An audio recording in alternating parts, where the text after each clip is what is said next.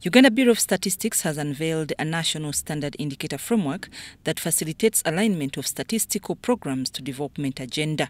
Accordingly, development planning starts with setting the strategic direction, like coming up with a vision, goals, objectives and outcomes. The acting principal statistician and planning at UBOS, Sunalutu, says they are making good progress in NSI level 1 and 2, albeit with challenges of limited internal coordination with ministries, departments and agencies and weak data sharing arrangements. To produce proportion of paved roads out of total road network, I will have to get some information from UNRA, I have to get some information from road fund, from the local government and so forth.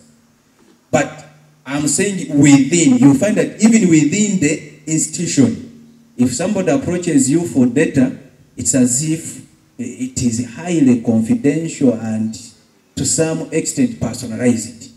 UBOS, a national planning authority, came up with this framework to inform other development frameworks like National Development Plan, Sustainable Development Goals and the East African Community Agenda.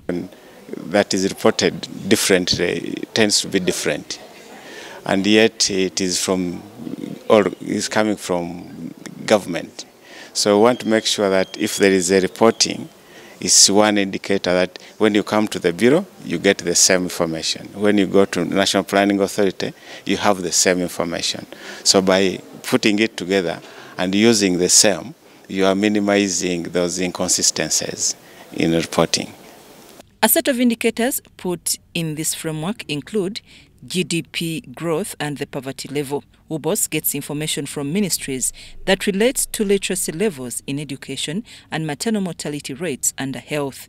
However, there were gaps in the indicators in the report produced by National Planning Authority last year, and UBOS was answerable. The report that the Planning Authority produced, I think last year, it showed that many indicators didn't have data.